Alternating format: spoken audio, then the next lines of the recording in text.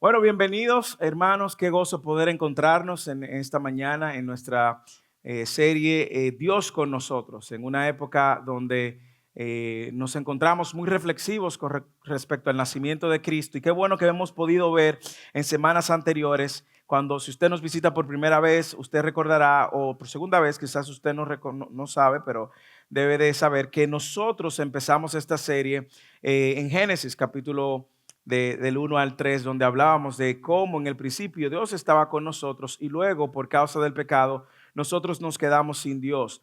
La semana pasada entonces hicimos un recorrido por el Antiguo Testamento y específicamente anclamos en Isaías, donde hablábamos y veíamos ecos de la promesa de un Salvador que nos fue dada en Génesis. Recuerda Génesis capítulo 3, versículo 15. Y hoy entonces vamos a ver el cumplimiento de esa promesa. Lo que en el Antiguo Testamento fue un eco, hoy vamos a ver el cumplimiento de esa promesa.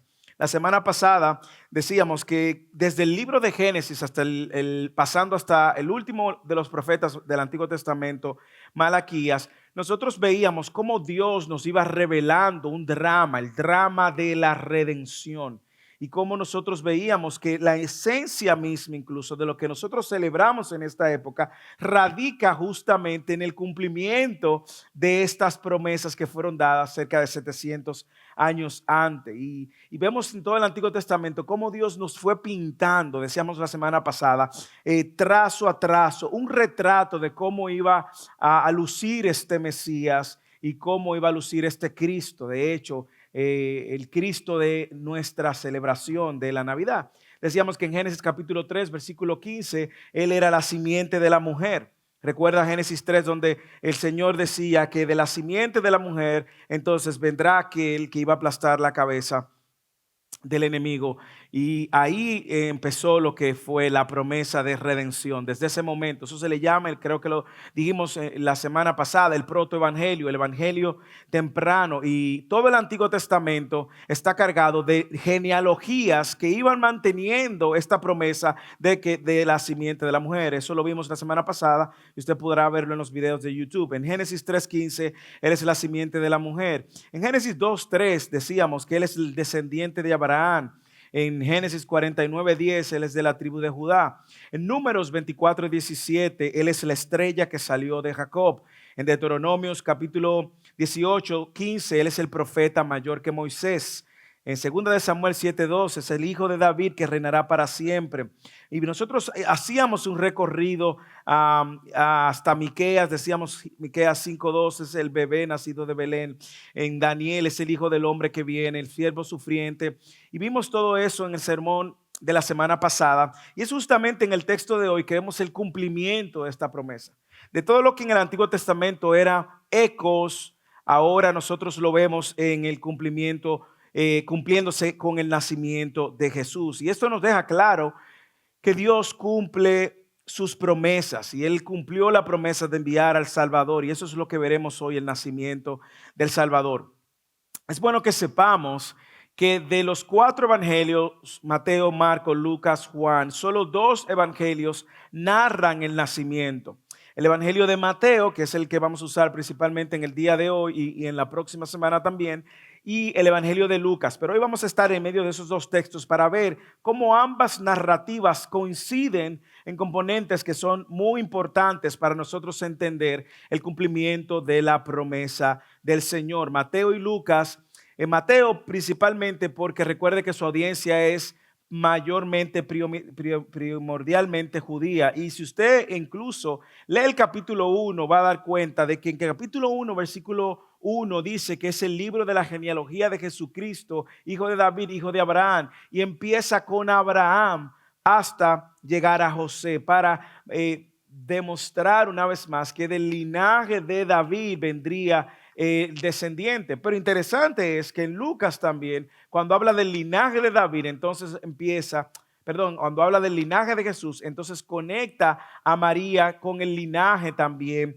de Jesús, el linaje de David, el linaje de David, y lo conecta con todo la genealogía prometida. Así que en el caso de Mateo, que es donde vamos a ver nuestro texto, recuerda que Mateo, su audiencia principalmente es judía. y por eso usted va a encontrar, si usted estudia Mateo, cerca de 53 citas del Antiguo Testamento que incluyen esta profecía del cumplimiento de Jesús. Así que vamos a leer Mateo capítulo 1 del versículo 18 al adelante. Y dice el versículo 18, el nacimiento de Jesucristo fue como sigue. Estando su madre María desposada con José, antes de que se consumara el matrimonio, se halló que había concebido por obra del Espíritu Santo. Y José, su marido, siendo un hombre justo, mira esta atención, y no queriendo difamarla, quiso abandonarla en secreto. Pero mientras pensaba en esto, he aquí, se le apareció en sueños un ángel del Señor diciendo, José, hijo de David, no temas en recibir a María tu mujer, porque lo que se ha engendrado en ella es del Espíritu Santo. Versículo 21. Este texto lo veremos en detalle la próxima semana. Y dará a luz un hijo y le pondrás por nombre Jesús, porque él salvará a su pueblo de sus pecados. Y todo esto sucedió para que se cumpliera lo que el Señor había hablado por medio del profeta, diciendo, he aquí la virgen concebirá y dará a luz un hijo y le pondrá por nombre Emmanuel, que traducido significa Dios con nosotros, como la serie que estamos desarrollando. Y cuando despertó José del sueño, hizo como el ángel el ángel del Señor le había mandado, y tomó consigo a su mujer y la conservó virgen hasta que dio a luz un hijo y le puso por nombre Jesús. Así que en el día de hoy nosotros vamos a estar navegando en las verdades que encontramos en este texto, el anuncio del nacimiento, el nacimiento en sí mismo y el cumplimiento de las profecías. Así que lo primero que vamos a ver es el nacimiento como una promesa anunciada. Así incluso se titula el sermón en esta mañana. El nacimiento de un Salvador, una promesa cumplida. Ese es el título del sermón, el nacimiento de un Salvador, una promesa cumplida. Y el punto número uno es como el nacimiento es una promesa primero que fue anunciada. Y nosotros vemos que, ya lo dijimos, se había profetizado cerca de 700 años antes acerca de este Mesías que iba a nacer. Y ahora es con este nacimiento que muchas de estas profecías comienzan a tener cumplimiento. Primero vemos que Dios anuncia la llegada del Mesías a José y luego a María. Así que vamos a ver el Evangelio de Mateo y vemos cómo José recibe el anuncio, ya lo leímos, pero quiero resaltar lo que él dice en el versículo 20, que mientras pensaba en esto, en abandonarla, como leímos, he aquí se le apareció en sueños un ángel del Señor diciendo, José, hijo de David, no temas. Vea la implicación de la conexión con el linaje de David. No temas en recibir a María tu mujer, porque el niño que se ha engendrado en ella es del Espíritu Santo. Y darás a luz y dará a luz un hijo y le pondrás por nombre Jesús, porque él salvará a su pueblo de sus pecados. Versículo 22 de Mateo capítulo 1. Todo esto sucedió para que se cumpliera lo que el Señor había hablado por medio del profeta diciendo, he aquí la virgen concebirá y dará a luz un hijo y le pondrá por nombre Emmanuel, porque traducido significa Dios con nosotros. Entonces vemos cómo Mateo recorre, hace el levantamiento de cómo sucedieron los hechos desde la perspectiva de Jesús, de José, desde la perspectiva de José. Ahora vamos a ver cómo Lucas, el historiador, recoge desde la perspectiva de María el anuncio, esta promesa fue anunciada también a los principales actores. Así que en Lucas vemos que el ángel se le aparece a María. Y el sexto mes el ángel Gabriel fue enviado por Dios a una ciudad de Galilea llamada Nazaret, a una virgen desposada con un hombre que se llamaba José, de los descendientes de David. Y el nombre de la virgen era María. Y entrando el ángel le dijo, salve, muy favorecida, el Señor está contigo, bendita eres tú entre las mujeres.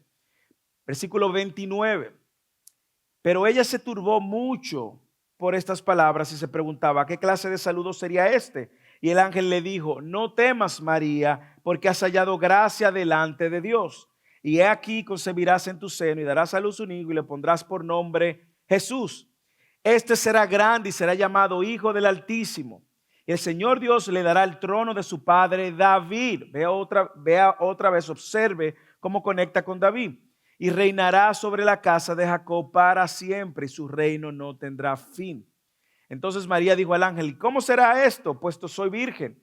Respondiendo el ángel le dijo, el Espíritu Santo vendrá sobre ti y el poder del Altísimo te cubrirá con su sombra, porque ese santo niño, observe, santo, está excluyendo a Jesús de cualquier naturaleza pecaminosa. Ese santo niño que nacerá será llamado hijo de David. Y aquí tu pariente Elizabeth en su vejez también ha concebido un hijo, y este es el 6º mes para ella, la que llamaban estéril. Y me encanta ver el ángel ahora apuntando a María hacia un milagro sobrenatural de alguien muy cercana a ella, a quien llamaban estéril, Elizabeth, la madre de Juan el Bautista, y que ella conocía de primera mano que era ya mayor de edad y que no podía concebir. Y el ángel le está diciendo, mira tú ves esta mujer, Elizabeth, tu pariente Elizabeth, va a concebir también un hijo, y la que llamaban estéril, porque ninguna cosa será imposible para Dios. Aquí Dios le dice algo muy contundente, no hay nada imposible para Dios. Y entonces María dijo, he aquí la sierva del Señor, hágase conmigo conforme a tu palabra. Y el ángel se fue de su presencia. Aquí nosotros tenemos 2 acontecimientos que avisaron la llegada del Salvador a quienes serían los principales actores. Y me encanta que en ambos actores, en ambas narrativas, hay algunas cosas en común. Así que nosotros vemos esto y observe también las cosas que ambas narrativas quieren complementar. El nacimiento, vemos que fue anunciado. Es una promesa que fue anunciada, y fue anunciada a los principales actores. Y gloria a Dios porque fue anunciada a los principales actores. Ya usted sabe qué hubiese sucedido si José no hubiese recibido el anuncio. ¿Cuáles eran los planes que ya José tenía? Abandonarle el secreto, era justo, no quería difamarla. Mire, María estaba turbada, asustada. Pero si usted observa ambas narrativas, usted va a dar cuenta que no solamente le dan el anuncio a las personas responsables de recibir, cuidar, formar al Mesías, sino también que vean qué tienen en común ambas narrativas. Primero, ambas narrativas, el anuncio a ambos, tanto como a María como a José, les daba detalles suficientes para que no tuvieran temor y no dudaran, para remover toda duda, toda nube gris. Dios quería que ellos estuvieran muy claros y convencidos de que esto era una obra de Dios y que no debían de temer, porque si Dios estaba tomando sus vidas para sus planes y sus propósitos, ellos no debían de temer. Si usted ve en ambos textos, en ambas revelaciones, a José le dice, no tengas miedo. A María le dice, no tengas temor, porque el anuncio perseguía justamente afirmarlos a ellos en cuanto a la gran misión que ellos tenían y habían recibido. María tuvo miedo, se turbó mucho, como leíamos, y el ángel le dice, no tengas miedos, no tengas miedo, no tengas miedo. Lo segundo es que no solamente ambos reciben una aparición, ambos fueron avisados, sino que ambos anuncios conectaban a Jesús con el linaje de David. Es interesante. ¿Por qué? Bueno, primero los judíos sabían que el Mesías venía del linaje de David. Los judíos sabían que el Mesías que vendría iba a ser del linaje de David, como 2 de Samuel capítulo 7 lo había anunciado el profeta Samuel. Sí que vemos que es importante para la audiencia que este Mesías cumpliera con los requerimientos de la promesa de 2 de Samuel, de que no solo iba a ser cualquier persona, sino que venía del linaje de David. Y si usted lo lee en Lucas capítulo 1 versículo 27, él les dice estas palabras. En Lucas 1:27, a una virgen desposada con un hombre que se llamaba José, de los descendientes de David. Y en Mateo capítulo 1, entonces nosotros vemos que él dice la misma palabra y dice que José José hijo de David. Ambos querían conectarlo. Algo importante también es que ambos anuncios informaban de que iba a ser un nacimiento, una concepción sobrenatural. El ángel le dice a José, va a ser obra del Espíritu Santo. El ángel le dice a María, va a ser obra del Espíritu Santo. Ambos anuncios también dijeron el nombre que le iban a poner, así que no iba a haber confusión. Yo recuerdo cuando íbamos a tener nuestro primer hijo, nosotros desde el principio de que quedó embarazada, llegamos a un acuerdo, que mi esposa llegó embarazada, llegamos a un acuerdo. Dijimos, si es varón, le pongo el nombre yo. Si es hembra, le pone el nombre tú. Ok, es varón. ¿Cuál nombre le vamos a poner? Entonces queríamos ponerle Josué. Pero yo soy Moisés, en la escritura, el sucesor de Moisés fue José. Josué, así que le pusimos Josué, pero queríamos decir, dijimos, ¿le ponemos Josué o le ponemos Joshua? Bueno, vivíamos en ese momento en República Dominicana y dijimos, no le pongamos Joshua. ¿Qué vamos a hacer? Pusimos los dos nombres en un frasco, sacamos y salió Josué. No queríamos ponerle Joshua porque en República Dominicana quizás no iban a terminar llamándole Joshua, le iban a decir Shua, Joshua, cualquier cosa. Pero aquí usted nota que el ángel le informa a los dos el nombre que le iban a poner. Algo similar con lo que pasó con Juan en el Bautista también. Así que ambos le dijeron el nombre Jesús, que significa que Él salvará, Dios salva. Eso significa Jesús. De hecho, la raíz del nombre Jesús es la misma raíz del nombre Joshua, si usted no lo sabía. Ambos anuncios también informaban el propósito del nacimiento. Uno dice que Él salvará a su pueblo y otro dice que Él será grande, hijo del Altísimo. Ambos anuncios también conectaban este nacimiento con el nacimiento de las Escrituras. En Lucas capítulo 1, versículo 32 dice, este será grande y será llamado Hijo del Altísimo y reinará sobre la casa de Jacob para siempre y su reino no tendrá fin.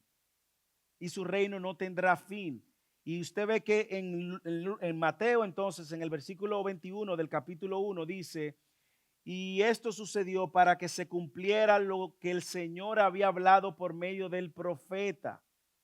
Ambos anuncios buscaban conectar con las escrituras y con lo que se había profetizado.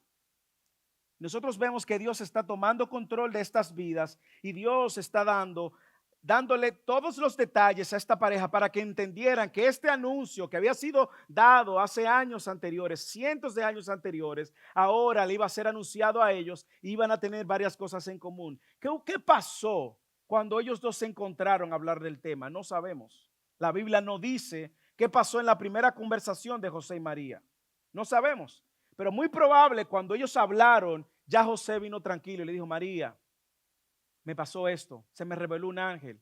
Y María pudo darle también su versión, a mí también. José le dijo, a mí me pasó en sueño. María le habrá dicho, a mí me pasó, se me apareció el ángel Gabriel. Y ambos pudieron entonces entender y asumir su responsabilidad. Es interesante ver cómo Dios interrumpe las vidas de estas personas. Y a mí me deja una gran enseñanza esto. ¿Por qué? Porque esta pareja se encontraba quizás en un momento interesante. Yo sé que todo el que no se ha casado probablemente quiere casarse. Y casarse es una idea que llena de mucha ilusión. Así que ellos llegaron a este momento. Y todo el que se casó recuerde ese momento con agrado. Espero que todo el que se casó espere ese momento con agrado. Y que todavía siga siendo de agrado su matrimonio. Pero imagínese esta pareja con la ilusión del matrimonio, nos vamos a casar, anunciado en una cultura que valoraba mucho el matrimonio y sobre todo que protegía mucho a la mujer y al hombre de que llegaran vírgenes al matrimonio, porque haciendo eso estaban honrando a Dios. Si la mujer era encontrada no virgen, pues podía poner en riesgo toda su vida, la podían matar, apedrear según la ley, porque había sido adúltera. Desde que daban el paso al compromiso, era un paso ya como de matrimonio en sí mismo. Pero mire a Dios interrumpiendo las vidas de estas personas. Mire a Dios interrumpiendo los planes de estas personas. Mire a Dios interrumpiendo los sueños, si se puede decir, de estas personas. Y sin duda alguna, cuando yo veo que Dios interrumpe las vidas de estas personas, debo de pensar de que el propósito de Dios está por encima de mis planes. Lo voy a repetir. El propósito de Dios está por encima de tus planes. Por lo tanto, si el propósito de Dios está por encima de mis planes, yo creo que antes de hacer planes, consultemos el propósito de Dios. Consultemos los propósitos de Dios. ¿Por qué? Porque los propósitos de Dios van a prevalecer sobre los nuestros. Usted puede hacer planes y Dios puede cambiarle los planes. ¿No le ha sucedido así? A mí me ha sucedido no sé cuántas veces Y en ocasiones tengo que venir en arrepentimiento y decir, Señor, verdad, perdóname, no te consulté. Pero el propósito de Dios es soberano, es perfecto. Algo también que me llama la atención de esta pareja y de lo que está sucediendo con ellos es que son dos personas que conocen a Dios y que muestran piedad. José, por ejemplo, atención hombres, siendo un hombre justo y no queriendo difamarla, quiso abandonarla. ¿Cuánto habla esto del carácter de José? Le digo algo, eso es contrario a la cultura de hoy en día. ¿Por qué? Porque la cultura de hoy en día es una cultura que busca victimizarse. Es la cultura de la victimización. Ay, me ofendiste. Y como me ofendiste, todo el mundo en las redes sociales debe de saber que tú hiciste eso y que tú no eres esto. Pero sin embargo, aquí piense por un momento en José. Piense por un momento en José. Y que lo que él se suponía hubiese, póngase en la mente de José. José decide difamarla, decide no difamarla, pensando que María le fue infiel. Y no solo le fue infiel, quedó embarazada. ¿Ok? Quedó en estado. Y piense por un momento, y déjeme abrir un paréntesis ahora. Si digo una palabra que no es común a su país, perdóneme. Recuerde que tenemos diferentes significados, pero José, no queriendo difamarla, José dice que era justo y le iba a abandonar en secreto, cuidando la vida de esa mujer. Esa decisión en sí misma implicaba que José había perdonado a María, que José amaba verdaderamente a María y que José no quería hacerle daño a María. La amaba genuinamente. Y porque la amaba genuinamente, él decide protegerla. Probablemente si eso no sucede a muchos de nosotros, nosotros queremos que destruir a esa persona. Destruir a la persona que nos falló, que nos fue infiel. Pero aquí vemos en José un corazón justo. Mira el caso de María. María responde ante esta gran noticia que ha sido anunciada. ¿Cómo responde María? Debió ser abrumador. No lo leamos solamente en blanco y negro en las páginas. Vea el significado de esta noticia en una adolescente. Debió ser abrumador. Y mire cómo responde María. He aquí la sierva del Señor, hágase conmigo conforme a tu palabra. Yo creo, hombres y mujeres, que de José deberíamos imitar su carácter justo y deberíamos imitar la manifestación de su amor al prójimo. Independientemente de cómo la sociedad está manejando las tensiones y los conflictos, el creyente no está llamado a manejarlo igual. Creo que debemos de mostrar amor, compasión y perdón. Y si en este momento, en esta temporada usted está en conflicto con alguien, yo creo que debe de traernos a reconciliación. Y veamos el caso de José. De María debemos aprender mucho también. Debemos de aprender la entrega de aceptar la voluntad de Dios. ¿Por qué? Porque hoy solamente nosotros queremos aceptar la voluntad de Dios si la voluntad de Dios me conviene. Si la voluntad de Dios me representa un beneficio, si la voluntad de Dios me acomoda, si la voluntad de Dios me gusta, si la voluntad de Dios me favorece, entonces yo digo la voluntad de Dios, espérese. La Biblia dice en Romanos capítulo 12, versículo 2, que la voluntad de Dios es buena, agradable y perfecta, pero no es buena, perdón, aun si para nosotros no parece buena, porque es su voluntad. Es agradable aun si para nosotros parece desagradable, porque no se trata de nosotros, se trata de su voluntad. Y es perfecta aun si para nosotros parece imperfecta. Y es la voluntad de Dios. Y yo creo que cuando usted lee el texto que María dice que tuvo mucho temor, María no sintió paz. Y a veces nosotros creemos que la paz que sentimos es el parámetro para decir que es la voluntad de Dios. Pregúntele a Jonás cuando le dijeron que fuera a Nínive y él toma y va para Tarsis. Lo que nosotros debemos de saber no es si yo siento paz, si me acomodo, si me beneficia. Lo que debo de saber es si esa es la voluntad de Dios. Y aún me traiga paz, incomodidad o no me traiga paz, aún me ponga en un lugar, aún si yo sé que es la voluntad de Dios, ahí es donde debo de caminar, como perdonar. A veces perdonar o pedir perdón es un acto que mueve a un sentido de humillación y yo no lo quiero hacer. y nos llenamos de orgullo y decimos, Él me tiene que perdonar, Él me tiene que pedir perdón. Ella, espérese. La voluntad de Dios es que perdonemos, es que reconciliemos, es que mostremos amor, aun cuando eso nos incomode. Porque la voluntad de Dios es buena, agradable y perfecta. Así que vemos, primero, que el nacimiento fue una promesa anunciada. Segundo, el nacimiento fue un acto milagroso y sobrenatural. Lee el versículo 18 y 20. Y el nacimiento de Jesucristo fue como sigue. Estando su madre María desposada con José, antes de que se consumara el matrimonio, se halló que había concebido por obra del Espíritu Santo. Y José, su marido, siendo un hombre justo, no queriendo difamarla, quiso abandonarla en secreto.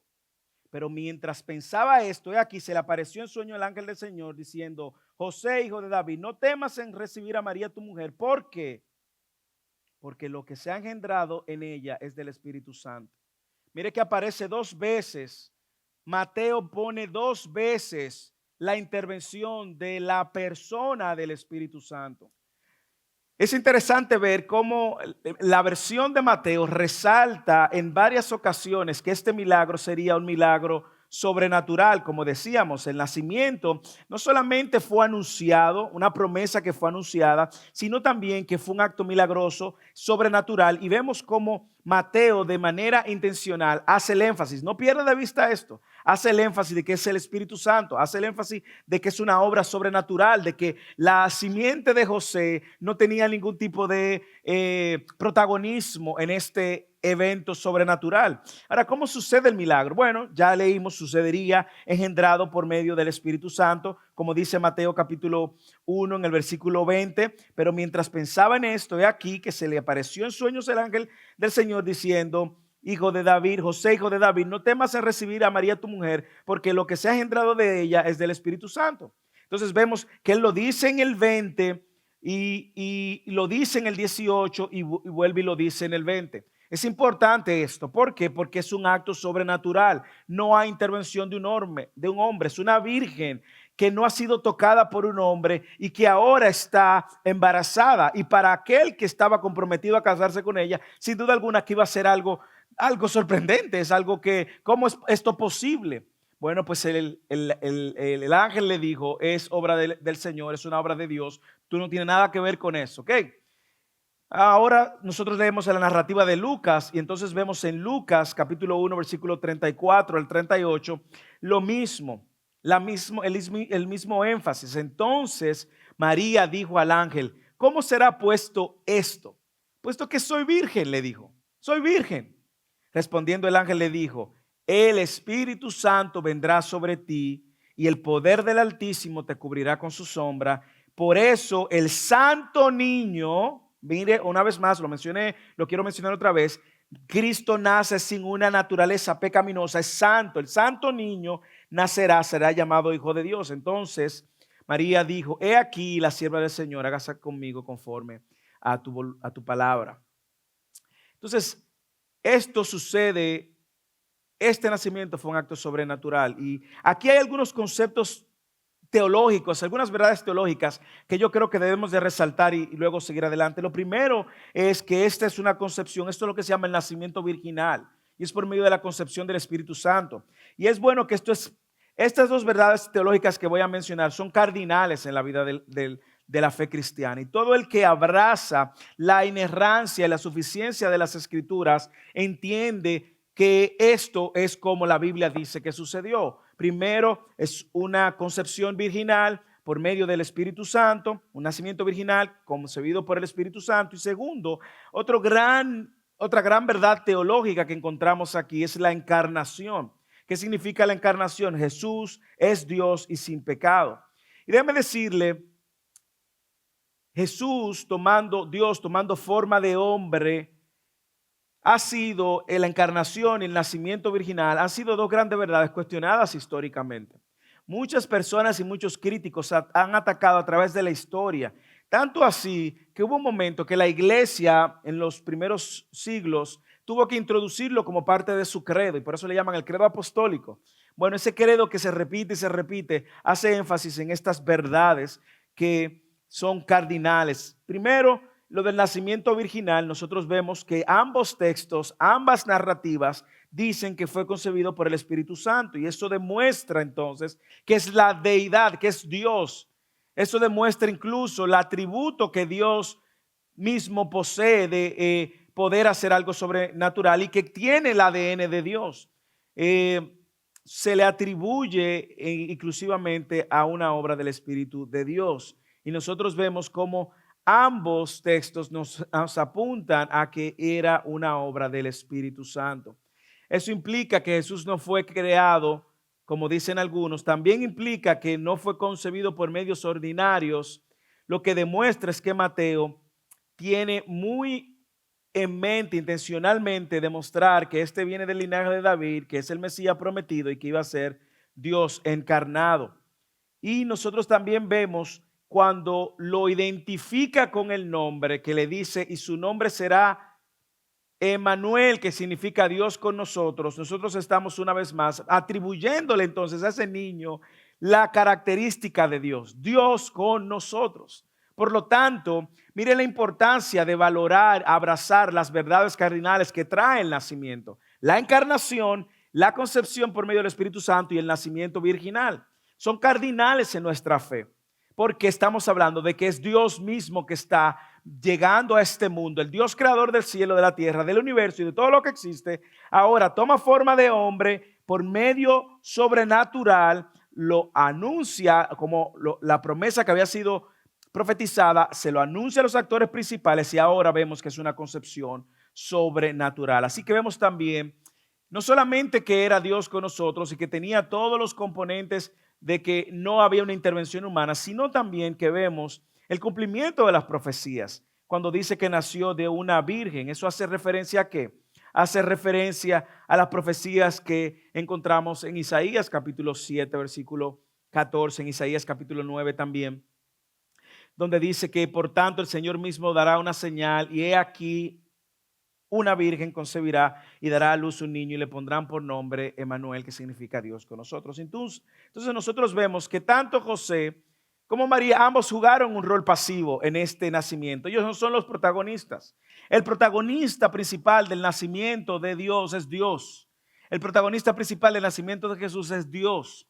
Y era una obra divina. Dios escoge a María. María no escogió el rol, Dios escoge a María. Dios obra y Dios es quien está llevando a cabo su plan y cumpliendo su profecía. Y es importante que nosotros veamos esto porque ambos juegan un rol pasivo, tanto José como María. Por eso es absurdo elevar a María como una deidad, porque ella no toma la iniciativa, no es la actora, no es la protagonista, solamente fue un recipiente de la gracia de Dios para Dios entonces cumplir su promesa de encarnarse y venir a nacer a este mundo para salvar a sus hijos. Ella no tenía capacidades en sí misma, por lo tanto, fue totalmente una obra del Salvador. Y como decía, es importante también que a la luz de este nacimiento virginal y esta concepción sobrenatural, nosotros veamos también las implicaciones que tiene de que Jesús nació sin un pecado, sin pecado o sin pecado original, como algunos quieren atribuirlo. Y la pregunta que muchos se hacen es si Jesús participó en la naturaleza con María porque se fecunda en el vientre de María, ¿cómo eso le constituye, cómo eso no le constituye como un pecador? Bueno, la respuesta es que no le constituye un pecador porque de alguna manera sobrenatural y milagrosa Dios protege su naturaleza primero y segundo, recuerde que la simiente de José no tenía nada que ver en esto. Fue un asunto totalmente divino y la semilla de José era inútil. Lo que se dice a través de todas las escrituras es que la maldición de Adán se transmite de generación en generación a través de la semilla del hombre.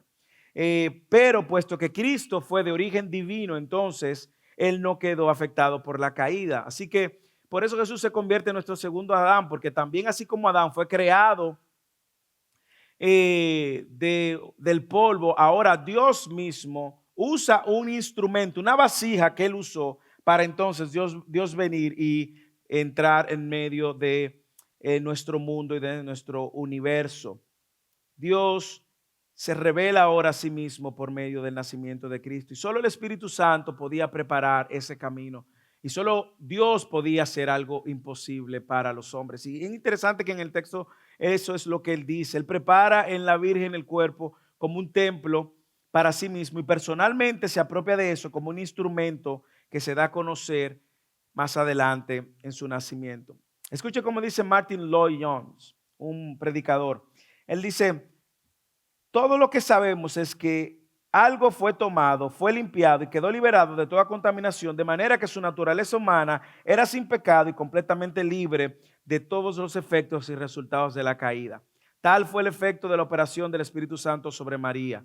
Y él dice, Jesús nació perfectamente sin pecado. Por lo tanto, el nacimiento de la concepción de Jesús por la Virgen María a través de la actividad del Espíritu Santo resalta la identidad de Jesús como Dios encarnado, Emmanuel, Dios con nosotros. Y no cometamos el error de resaltar y exaltar y divinizar a María. Tristemente, dentro del pueblo de Dios, nosotros confundimos Virgen María con Santa María y creemos que Virgen es igual a santidad. No. Nosotros sabemos que luego María siguió teniendo hijos y teniendo su vida normal y muere, como era de esperarse también. Así que Jesús es el Mesías prometido y el descendiente de David. Vemos también el tema de la encarnación. No voy a entrar mucho en eso porque ya he hecho referencia, pero encarnación es el término teológico, si se puede decir, que se utiliza para indicar que Jesús, Dios, toma forma humana. Y lo vemos también en Juan capítulo 1, cuando en el principio él dice del Evangelio de Juan, en el principio era el verbo era con Dios, y el verbo estaba con Dios, y aquel verbo era Dios. En el versículo 14 del capítulo 1 de Juan dice, y aquel verbo, es decir, Dios, se hizo carne y habitó entre nosotros.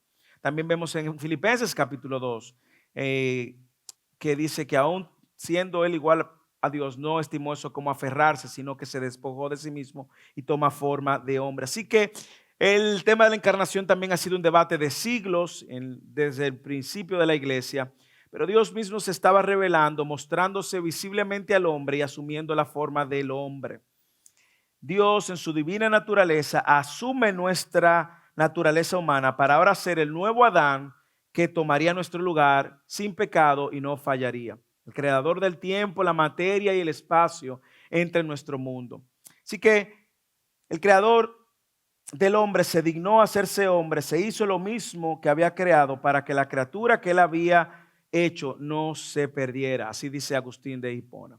Sí que nosotros abrazamos la verdad de que Jesucristo es Dios encarnado, que nació de una virgen por medio de la concepción del Espíritu Santo y rechazamos, escuche, que Jesús fue creado, rechazamos que era una criatura cualquiera con aspectos divinos. No, nosotros decimos que era Dios, que Jesús era dos personas separadas, hay quienes dicen que él era uno espiritual y uno físico. Rechazamos también que era solamente un humano, que era simplemente un profeta, que solamente fue un líder espiritual, o que nosotros creemos que él era Dios y cumple con muchas de estas cosas, que fue Dios siendo un líder, fue Dios siendo un profeta, fue Dios siendo una persona que iba a cumplir el propósito de salvarnos. Creemos que Jesús es 100% hombre, 100% Dios. Así que cuando nosotros veamos la Navidad en los próximos días y nos reunamos con nuestras familias, tengamos esto. Es Dios esto en cuenta. Dios se acerca al hombre, tomando forma del hombre, para que ahora el hombre pueda acercar a Dios. Dios se acerca al hombre, toma forma del hombre, para que ahora el hombre se pueda acercar a Dios. Esto nos recuerda también que solo Dios puede hacer esto. El hombre no puede por sí mismo. Y esto es por eso que nosotros en esta celebración, nosotros le damos toda la gloria a Dios. No dejamos a Jesús en un pesebre. Sabemos que ese Jesús que estaba en el pesebre es Dios que luego crece, muere, resucita y está sentado a la diestra de Dios intercediendo por su pueblo. Nosotros sabemos que Él es que merece toda la gloria de su nacimiento, de su encarnación, de su vida, de su muerte y resurrección. Y esto lo sitúa en el centro de nuestra historia, en el centro de la celebración. No nosotros, no José, no María, sino Dios el que milagrosamente hizo esto posible. El que milagrosamente cumple sus profecías y sus promesas y que ahora está con nosotros. Así que, hermanos y hermanas, este nacimiento primero fue anunciado a sus actores, fue una promesa anunciada. Segundo, fue un acto milagroso, sobrenatural. Y tercero y último, el nacimiento es una promesa cumplida. El nacimiento es una promesa cumplida. Leamos. Versículo 21. Y dará a luz un hijo y le pondrá por nombre Jesús, porque él salvará a su pueblo de sus pecados. Todo esto sucedió para que se cumpliera lo que el Señor había hablado por medio del profeta diciendo, para que se cumpliera lo que el Señor había hablado por medio del profeta diciendo, para que se cumpliera lo que el Señor había hablado por medio del profeta diciendo. Usted se ve que es una promesa cumplida. He aquí la Virgen concebirá y dará a luz un hijo y le pondrá por nombre Manuel, que traducido significa Dios con nosotros. Glorioso, un nacimiento que fue profetizado y en este texto vemos el cumplimiento profético, el cumplimiento de estas profecías.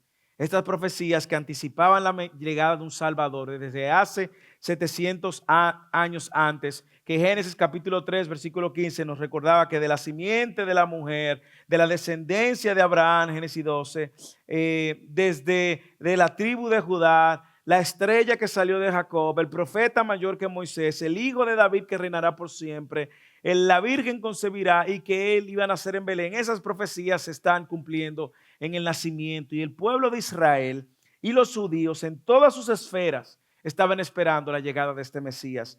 Y Dios cumple su promesa. Y por eso el título de este sermón en esta mañana, el nacimiento del Salvador, una promesa cumplida, porque Dios cumple sus promesas, todas, con respecto al nacimiento, las señales que dio, dónde nacería, el lugar que iba a nacer, el nombre que iba a tener, la característica de su nacimiento. Vemos a Dios cumpliendo sus promesas.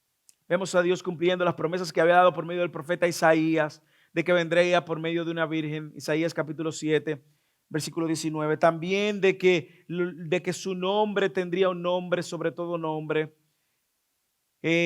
Dios con nosotros y cómo nosotros vemos que Dios solo podía ejecutar su plan. Nosotros vemos que estas promesas se cumplen y Dios orquesta el tiempo, orquesta a los gobernadores. Y si usted recuerda en Miqueas capítulo 5 versículo 2, dice que era en Belén que iban a nacer, pero ellos eran de Nazaret. ¿Qué hace Dios? Bueno, Dios orquesta que por medio del edicto de César Augusto, cuando Cireneo era gobernador de Siria, el primer censo que ellos van a llevar a cabo, un censo en todo el mundo habitado, hizo que todo el mundo entonces fuera a la capital. Y vemos que ahí se encontraba ya María en las últimas semanas de su nacimiento. Y tienen que salir de Nazaret porque la profecía decía que él iba a nacer en Belén. Y vemos cómo ahora Dios orquesta todas las cosas. ¿Por qué no había posada para recibirlos a ellos? Porque todo el mundo estaba para el censo, así que terminan en un establo donde estaban los animales y esa profecía de que Dios iba a estar con nosotros se cumplen entonces de que Él iba a nacer en Belén. La segunda profecía dice que en Jeremías también 9, 6, 7 nos recuerda de que Él iba a ser, un niño nos ha nacido, lo vimos la semana pasada, un niño nos ha sido dado y la soberanía reposará sobre sus hombros. Y se llamará su nombre admirable, consejero, Dios fuerte, poderoso, Dios poderoso, Padre eterno, príncipe de paz. Y aquí nosotros vemos que el nombre de Emmanuel, Dios con nosotros, se relacionan muy claramente a todas las características del nombre que Isaías dio en Isaías capítulo 9, versículo 6. Solamente Dios, título de Dios, Dios con nosotros, admirable. Sin embargo, nosotros a veces nos olvidamos de que Dios cumple sus promesas. Qué impresionante que Dios ha sido tan preciso a través de sus escrituras demostrarnos que es un Dios que cumple sus promesas para que nosotros no nos desanimemos. Dios prometió también, como Él había dicho, que iba a estar con nosotros y aquí está el cumplimiento. Dios con nosotros, vemos el cumplimiento de su promesa. En Génesis Dios estaba con nosotros, por medio del pecado nosotros nos vimos sin Dios por muchos años. Dios había escogido un pueblo y habitaba solo en medio de ese pueblo. Y ahora Dios con nosotros es una promesa cumplida para todas las naciones, como Él le había prometido a Abraham: en ti serán benditas todas las naciones. Ahora, ¿qué nos dice esto para ir cerrando? Bueno, Esto nos recuerda primero que Dios cumple sus promesas y esto es glorioso, hermanos. Dios cumple su promesa, lo cual implica que es un Dios en quien podemos confiar. En el nacimiento nosotros vemos a Jesús acostado en un pesebre, sin embargo, no se olvide, ese bebé sería el Rey de Reyes que se sentaría en el trono por toda la eternidad. Y no se va a sentar como un bebé, sino como un rey que creció y conquistó la muerte. Nuestro mayor enemigo venció a Satanás y ahora está a la diestra de Dios. Resucitó y está a la diestra de Dios. Ese rey también modeló humildad porque nace en el peor lugar, en el lugar de más bochorno, más vergüenza quizás, en un establo donde usted no pusiera de seguro a nacer ningún rey ni ningún bebé. Pero también muere en el peor de los lugares, en una cruz donde mueren los peores delincuentes. Ellos se acostaron en un pesebre, un lugar donde le echan comida a los animales, en un establo lleno de animales, y ahí nace humildemente el Rey de Reyes y Señor de Señores. Yo creo que el Rey nos modela humildad y yo creo que hay una aplicación de vivir en humildad. Creo también que nosotros podemos ver que José y María tienen cosas también que enseñarnos al final de este mensaje. Y es que José, siendo un hombre justo, no salió a delatar a su mujer. Hoy quizás por medio de las redes sociales sería todo lo contrario. Quizás la hubiesen puesto en vergüenza, la hubiesen apedreado, pero dice que José, por amor a ella, qué manifestación de amor al prójimo, antes de que tuviera la revelación del sueño. Yo creo que nosotros también debemos de imitar a José en ese sentido. ¿En qué? En imitarlo, en vivir amando al prójimo con nuestras acciones, cuidándolo, no poniéndolo en vergüenza al desnudo público por sus faltas o por su ah, pecado. El caso de María, cómo acepta la voluntad de Dios. María no rechazó esta misión, sino que ella aceptó la voluntad de Dios aun cuando eso cambiara sus planes. Proverbios 19:21 dice, muchos planes hay en el corazón del hombre, mas el propósito de Dios prevalecerá. Y eso nos recuerda que los propósitos de Dios son más importantes que nuestros planes. Y que antes de hacer planes, consultemos los propósitos de Dios. Yo creo que eso es lo que vemos en María. Hágase con tu sierva conforme a tu palabra.